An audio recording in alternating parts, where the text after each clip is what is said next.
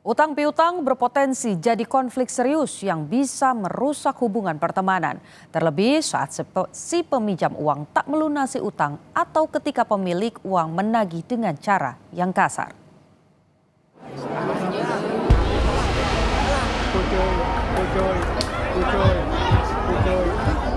Dari keterangan pelaku, dia menyatakan bahwa hutang yang dimiliki oleh pelaku terhadap korban lebih kurang adalah 23 juta.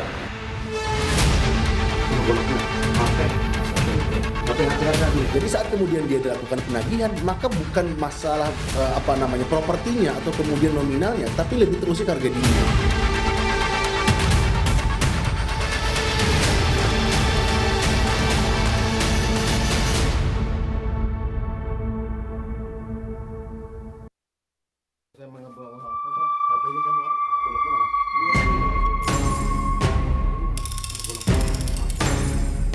Inilah Rokib, pelaku pembunuhan dan mutilasi lelaki lanjut usia yang jenazahnya ditemukan dalam koper di sebuah rumah kosong di Desa Sukareja, Brebes, Jawa Tengah. Kurang dari 24 jam sejak jenazah korban ditemukan, polisi menangkap Rokib saat bersembunyi di rumah istrinya di Majalengka, Jawa Barat. Polisi telah menetapkan lelaki 45 tahun ini sebagai tersangka. Berdasarkan fakta-fakta yang kami peroleh di lapangan mengarahkan terduga pelaku, akhirnya kita menangkap pelaku di wilayah Majalengka, Jawa Barat. Untuk pelaku itu inisialnya adalah R, umur 45 tahun, laki-laki ya, itu punya memang hubungan dengan pelaku hutang piutang. Jadi pada saat pelaku ini menghabisi korban, itu mengambil uang dan juga handphone milik korban. Uang sebesar 15.632.000.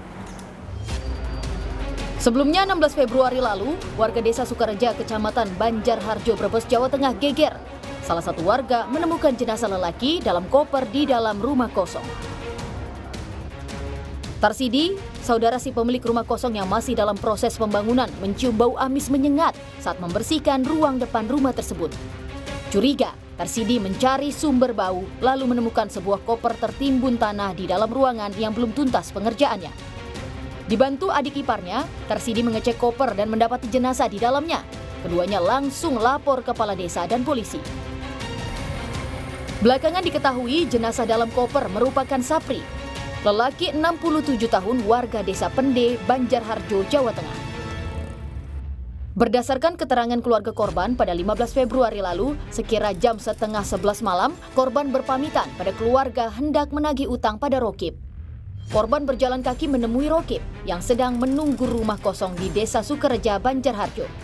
Jarak dari rumah korban ke TKP sekitar 1 km. Keluarga korban tak menyangka malam itu menjadi saat-saat terakhir melihat korban. Anto, menantu korban, menyebut korban membawa uang sekitar 20 juta rupiah, tapi keluarga tak mengetahui untuk apa uang tersebut. Saya terakhir lihat dia kelihatan itu habis maghrib dah di rumah. Pas mau bawa uang itu. Ya, jadi jam setengah 11 dia bawa uangnya.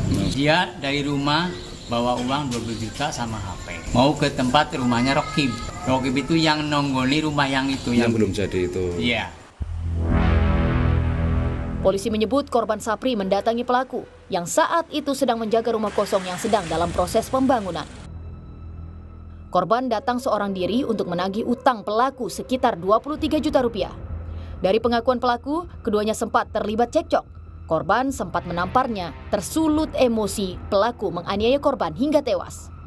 Untuk menghilangkan jejak, pelaku memutilasi korban, kemudian memasukkan jenazah ke dalam koper.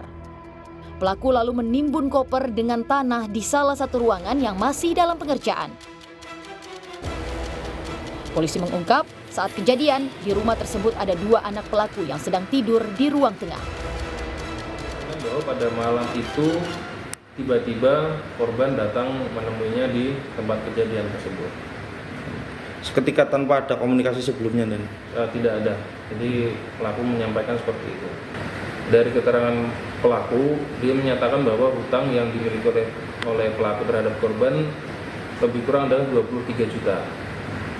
Namun kami akan terus menggali berapa sebetulnya nominal hutang tersebut. Dari pengakuan Rokib, pelaku sakit hati dan emosi karena kata-kata korban saat menagih utang. Secara spontan, pelaku menghabisi korban. Pembunuhan ini merupakan suatu kejadian yang atau peristiwa yang spontan.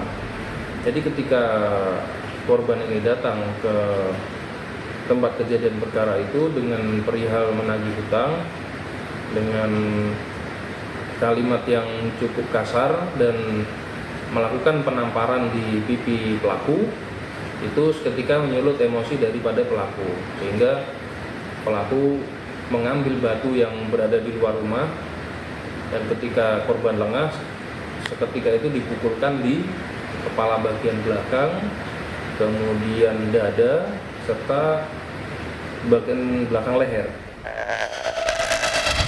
Akibat perbuatannya, tersangka Rokib dijerat pasal tentang pencurian dengan kekerasan dan pembunuhan. Ancaman hukumannya penjara maksimal 20 tahun. Pasal yang disangkakan terhadap pelaku itu kami menggunakan pasal berlapis, yaitu pasal 479 dan pasal 458 KUHP yang terbaru, yaitu Undang-Undang Nomor 1 Tahun 2023 dengan ancaman hukuman maksimal itu 20 tahun penjara. Kasus pembunuhan disertai mutilasi di Brebes, Jawa Tengah menunjukkan bahwa kebanyakan kasus pembunuhan dilakukan orang yang telah dikenal korban dan memiliki hubungan sosial ataupun moral dengan korban. Kriminolog menyebut persoalan utang piutang berpotensi menjadi konflik serius ketika pihak yang berutang melanggar janji atau bahkan tidak mau membayar utang. Kita harus ketahui juga fakta utama adalah 70% kasus pembunuhan bahkan lebih itu dilakukan oleh orang-orang terdekat atau yang memiliki ikatan secara sosial ataupun secara moral. Yang seringkali interaksi yang terjalin itu bersifat transaksional. Transaksional dalam artian bahwa saat kemudian masing-masing pihak tergadaikan secara materi atau kemudian ikatan-ikatan yang terjadi itu tergadaikan dalam konteks uang, saat kemudian keberadaan properti ini sudah bergeser kepada orang yang diberikan hutang, mereka merasa lebih berkuasa daripada yang memberikan hutang tersebut. Nah, titik temunya seringkali terjadi kekerasan karena ketidakmampuan untuk melakukan pembayaran tersebut. Dalam kasus ini, perselisihan karena utang piutang berubah jadi petaka saat pelaku menganggap perbuatan dan kata-kata korban telah menyakiti perasaannya. Dengan alasan sakit hati dan emosi, pelaku menghabisi korban.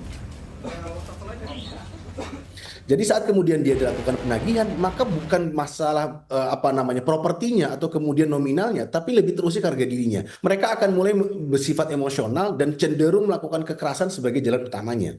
Yang kedua, mereka tidak lagi memiliki barrier untuk bisa melakukan benteng terhadap dirinya sendiri. Jadi kontrol terhadap dirinya itu sudah tidak ada. Dengan alasan apapun, jangan melakukan tindak kekerasan pada orang lain, apalagi sampai menghilangkan nyawa, karena Anda akan berhadapan dengan hukum. Jika ada masalah utang, jangan melarikan diri, apalagi tak mau melunasi.